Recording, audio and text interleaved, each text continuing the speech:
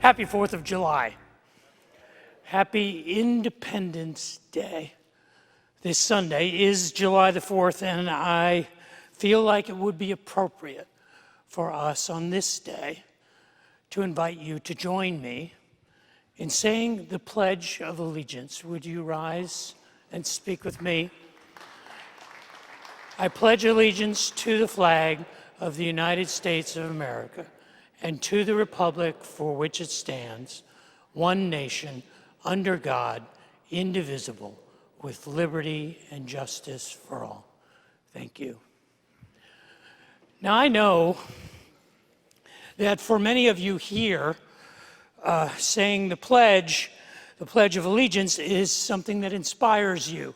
I know a number of you who, when we have done this over the past years, you have thanked me for leading us in that pledge. It is an inspiration. It is a motivation. It is, in some sense, an affirmation of things that you believe.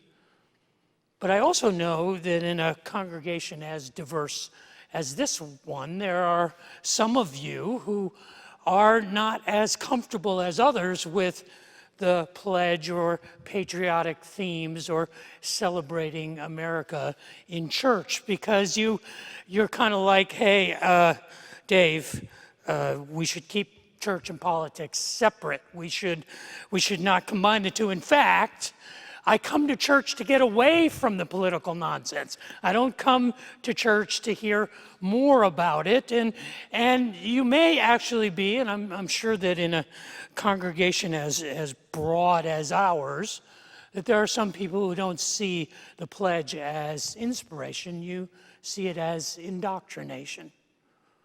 If you are of a certain generation that I am of, you grew up every day in school. You began your day by reciting the Pledge of Allegiance. I did it from the time I was in kindergarten till the time I graduated from high school, and I thought absolutely nothing of it. The pledge was originally penned in 1892 by a Baptist minister named Francis Bellamy. He was commissioned to write a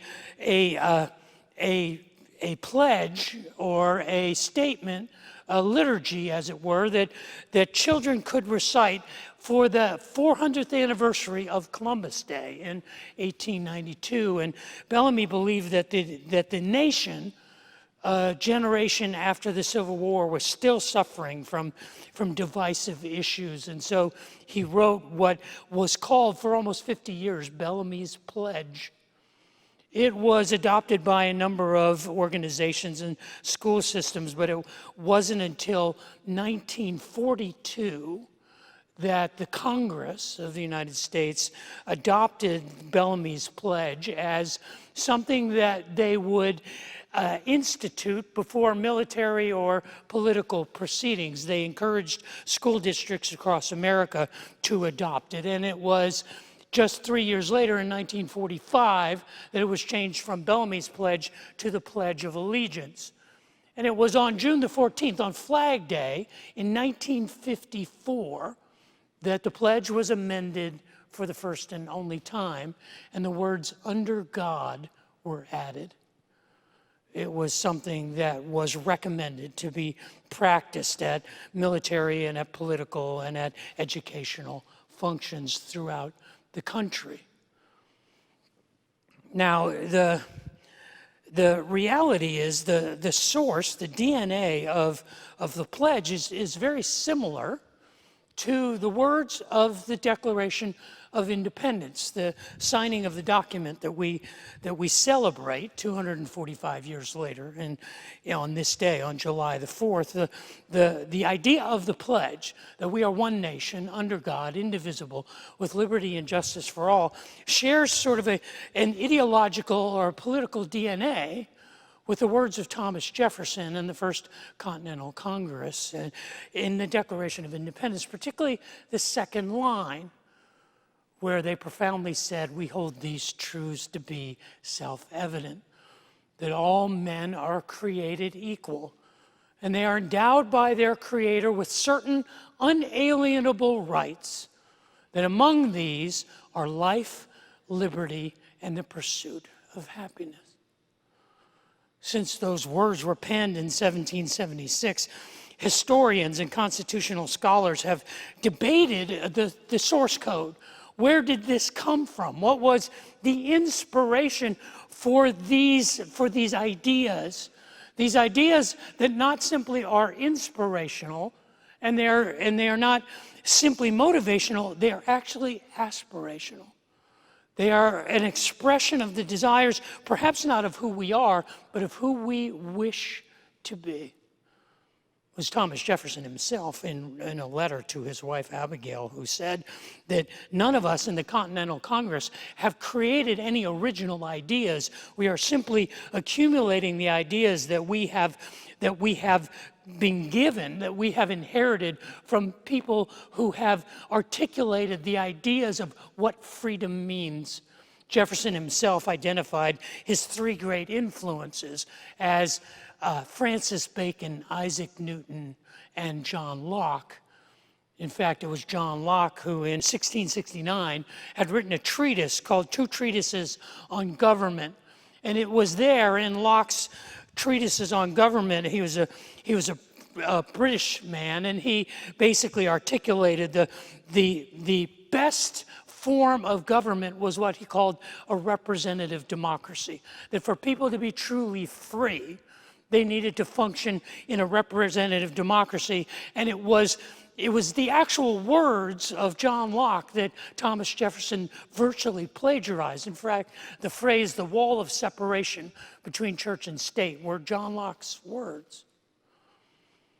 So that the political DNA goes back to Bacon and Newton and Locke and perhaps even Socrates and Plato and Aristotle. But I think the DNA of what we celebrate today goes back even further than that. You see, I don't think it's a political DNA that we celebrate. I think it's actually a spiritual DNA. It is the DNA that is placed in us by God, the image of God in us, that longing, that desire, that aspiration for unity and for peace, that we would be a better version of ourselves. And I would argue that that source code for what we celebrate today is not simply found in the writings of Jefferson or Newton or Bacon or Locke. It's not even found in the ancient Greek philosophers alone, but it's found in the very words of a young Galilean rabbi named Jesus of Nazareth, who said in John chapter 8, "You shall know the truth, and the truth shall set you free." Today I want to interrogate this idea. What is this truth? What is the truth that can set us free? I want to press into that a little bit, but before we do, would you pray with me? God, I would ask that the words of my mouth and the meditations of my heart would be pleasing in your sight, and that you would use your words spoken by your servant, anointed by your Spirit, to challenge us, to interrogate ourselves, and to investigate honestly whether we really believe what we say we believe. Pray that would be true of myself, my family, and all of us here. For I ask that in Jesus' name. Amen. There are possibly a few of you who actually remember that back in April, we did a study, a chalk talk, as it were, and we called it Riverbend 101. It was sort of the philosophical foundations of Riverbend Church. And I suggested at that time that Riverbend is the church of the John 8 Jesus. And our entire study was built on the teachings of Jesus in John chapter 8. And I suggested, first of all, that the history of Riverbend suggests that we are called to be the church of the John 8 Jesus because we are called to be a people of grace. John chapter 8 begins the first 12 verses with what's called the pericope adulterae, the story of the woman caught in the act of adultery. And the way Jesus deals with her and the grace he manifests is part of the history, part of the DNA of Riverbend Church. The next study was a study where we talked about the science of Riverbend Church. You may remember I wore a ridiculous lab coat and had a chemistry set on a table, and we did experimentations with light. And the conclusion was that if we are called to be the Church of the John 8 Jesus, we should be a church that refracts and reflects his light in a dark world. Because it was Jesus who said, I am the light of the world. And we are, as the Church of the John 8 Jesus, responsible to shine that light in the darkness. We then concluded this study with a consideration of a very tough theological passage from verses 37 to 59 at the end of John chapter 8. And we talked about the psychology of Riverbend. And the psychology of Riverbend is a paradox, because we are unafraid to admit that life is hard. We know life is difficult. We know that life is a challenge. But we also know that God is good, and God is trustworthy, and God is faithful. Now, if you're paying attention, you realize that I skipped over a section of John chapter 8. Verses 31 to 36, I skipped over. And I did that intentionally, so that on the 4th of July, and during this 4th of July season, we could have a conversation about the politics of Riverbend. Now, I know that makes the hair stand up on some of the back of your necks, but the reality is, the politics of Riverbend I could define very simply as this: that we are seekers of truth. You want to know the political position of this community, of this representation of the Church of the John 8 Jesus, is that we are ruthlessly and relentlessly committed to seeking truth. That sounds good, doesn't it? Sounds pretty good. Sounds like that, okay, I could be a part of that. I can support the idea that we are seekers of truth. But before we run into that too deeply, you got to realize that's easier said than done. That is not as easy as it sounds. Because what is truth? I mean, we live in a world that is infinitely complex, that is intellectually messy, that is self-contradictory, and most of all, it is filled with mystery. And we don't like that. That makes us uncomfortable. I wake up in the morning and I want to know how the day will unfold before it unfolds. I don't like surprises. I don't like turning on the television and finding out about the most recent catastrophes in the world that I live in. Those mysteries and surprises are not things that I like. And so we try to get closure, we try to get clarity, we try to get certainty in an uncertain world. And I think we have two methods of establishing a degree of certainty in the world, and one is science, and the other is religion. Now, you're going to have to forgive me. You don't have to forgive me. I would ask you to forgive me. I'm still in process of trying to figure out how these things fit together. Because I believe at their best, both science and religion are about searching for truth. In their best forms, religion and science are the same thing. They are the process of searching for truth, but it gets mutated because we have too much religion in our science and not enough science in our religion.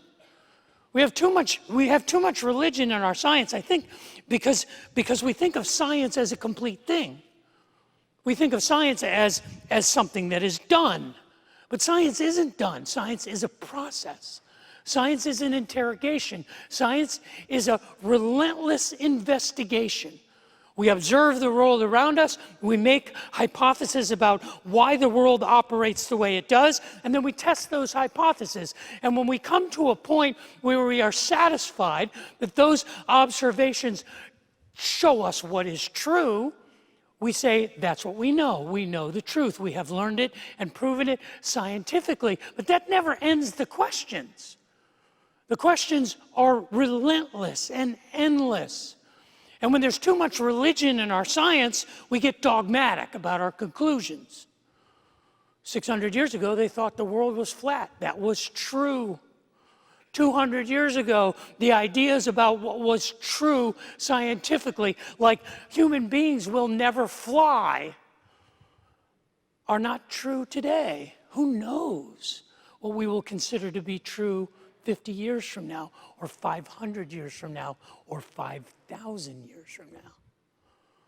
We are in the process, and when we get too religious about our science, we become dogmatic. And that's not good science, and it's not good religion either. The problem also is that we don't get scientific enough with our religion. Because we say things like this: God said it, I believe it, and that settles it. And we write it down, and we rely on it. And I understand that because I want the world to be stable. I want my faith to be an anchor that holds me in the storm. I understand that. But our faith should be constantly interrogated. We should be unafraid to ask the question, why do I believe that? Is that true? And perhaps the most penetrating question, do I actually believe what I say I believe? If we are going to understand the truth that sets us free, if we are going to be the church of the John 8 Jesus, we have to be courageous enough to interrogate our own faith, to interrogate our beliefs. Now, this interrogation is not without calibration. It's not an interrogation that leads to the decimation of our faith, the abandonment of our faith. It's an interrogation on a scale, a comparative evaluation of the integrity of our faith. And in John chapter 8, this is exactly what Jesus gives us. In John chapter 8, verse 31, it seems that John, the Apostle John, reads Jesus' mind. What's going on in John chapter 8 is Jesus is teaching in the temple. It's just after the woman had been brought to him who was caught in adultery, and he wrote in the dirt, and he made this astonishing statement about being the light of the world. And it says, John records, that Jesus said what he said next to the Jews who believed in him. Now, either John read Jesus' mind, or Jesus perhaps said, to those of you who believe in me, and most of them, if not all of them, were Jews because he was in the temple in Jerusalem. Or maybe afterwards, John said to Jesus, hey, Master, what were you talking about back there after the whole woman in adultery and the light thing? And then what did you mean by that? Oh, I was talking to the ones who believe in me. So if you say you believe in me, this is how you calibrate whether or not that is true. And he gives us a simple calibration. If we want to be the church of the John H. Jesus, and we are politically seekers of truth, we ask ourselves this question: if you hold to my teaching, then you are really, truly my disciples. It's an interesting phrase, the way he says, if you hold to my teaching. The word hold there is the word meno, and it means to abide or to dwell. It literally means to live in my teaching. And interesting enough, not to be too much of a grammar nerd, it's a first aorist subjunctive verb, and what the aorist subjunctive implies is a timeless possibility that you have lived in my teachings, you are living in my teachings, and you intend to live in the future in my teachings. It's not that you have done it and now you're done. It's involved in a process. And his teachings are not just the red letters in our Bible. You see, what the Bible becomes is the yardstick, and what it becomes is a resource for us to calibrate our life. Do I really believe what I say I believe? The metric for calibrating whether or not that is true is given to us. It's written down. Do you love your neighbor? Do you love the Lord your God with all your heart and your soul and your mind? Are you generous? Are you kind? Are you faithful? Do you prioritize the things that are on the heart of God? And we can find out what these are. But the interrogation has to take place where we interrogate ourselves, because that's how we know the truth. He says to the Jews who believed in him, he said, if you hold to my teaching, you really are my disciples, then you will know the truth, and that truth will set you free. Now, we know Jesus wasn't talking about political freedom. It was impossible. For 100 years before he was born and 100 years after he died, after his resurrection, the nation of Israel was not free politically. They were a vassal state of Rome. They lived in virtual political slavery. For hundreds of years, regularly, they would seek to overthrow Roman rule, and the Romans would crush it violently. This is where crucifixion came from. This was how they stamped out the rebellion of people seeking to be free. It was just a generation after Jesus' lifetime that a group of Jewish zealots named the Sicarii raised up a rebellion of thousands of people in Jerusalem. And it so enraged the Roman general governor, Flavius Silva, that he mounted an army and executed tens of thousands of men and women and children all across Jerusalem. It so enraged him that he went up to the temple and had his soldiers literally tear it apart. It was destroyed in 70 AD as a sign to the Jews that they would never be free, not as long as Rome ruled over them. It was during that time that a group of about 1,000 of these Sicarii fled from Jerusalem south to the Dead Sea to a mountaintop fortress called Masada. And it was there that Masada, they found security on the top of that mountain, and they believed they were impregnable, but the Roman general, Lucius Flavius Silva, went down with 10,000 Roman troops and 15 to 20,000 Jewish slaves, and they built a siege wall that went up the side of the mountain almost a mile. It went up over a couple thousand feet in elevation across a ravine. It took them 3 years. They were so determined to purge the rebellion and those who decided to be free that it took 3 years for them to get to the point where they breached the walls of Masada. But even as they did, the 960 remaining Jewish Sicarii took their own lives. And in the famous Jewish legend of Masada, every last man, woman, and child took their lives rather than be taken into captivity by the Romans. Jesus wasn't talking about political freedom. He was talking about the kind of freedom we celebrate today. The freedom that we have to be better versions of ourselves. The freedom that we have to live lives where we know we have done our best. That we may be imperfect in our expression, but we know where we are headed, and we know what we are capable of, and we believe we are free to pursue that because God has entitled us with that. In the next couple of weeks, we're going to talk about what that freedom really is. We're going to talk about how it is a freedom from guilt and a freedom from shame and a freedom for generosity and a freedom for kindness. But here at Riverbend, the politics of Riverbend, what is the political heritage of Riverbend Church? Well, we are people who will seek the truth. We are people who are committed to the idea that we can know the truth, and the truth can set us free.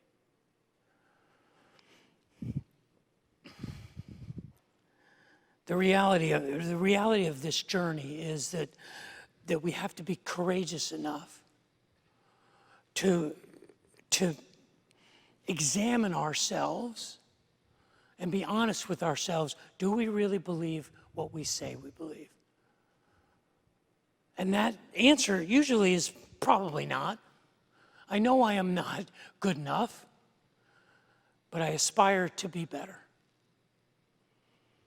You see, I think that was the idea behind the founding fathers. I think that was the DNA of the Declaration of Independence, of the Pledge of Allegiance. Not just to inspire us and to motivate us, not simply to indoctrinate us, but to set forth an aspiration. And I believe that if there is anywhere where it is appropriate for us to talk about that and to talk about these ideas, because these ideas are not simply political ideas. They are not simply ideas that are rooted in the writings of Francis Bacon or Isaac Newton or John Locke or even the writings of Socrates or Plato or Aristotle. They are rooted in the spiritual DNA given to us by God, expressed to us by a young Galilean rabbi named Jesus of Nazareth, who said to those who would believe in him, "If you hold to my teaching, then you really are my disciples. Then you will know the truth, and the truth will set you free." This is what we aspire to be as individuals and as a church. It is the aspiration, it is the hope, it is the desire that I believe is the source code for some of the most amazing words that were ever written in political history. The words of the Declaration of Independence, where they said, "We believe that we hold these truths to be self-evident, that all men are created equal, and that they are endowed by their Creator with certain unalienable rights. Among these are life, liberty, and the pursuit of happiness." This is what we celebrate today, these ideas. Happy 4th of July. Happy Independence Day.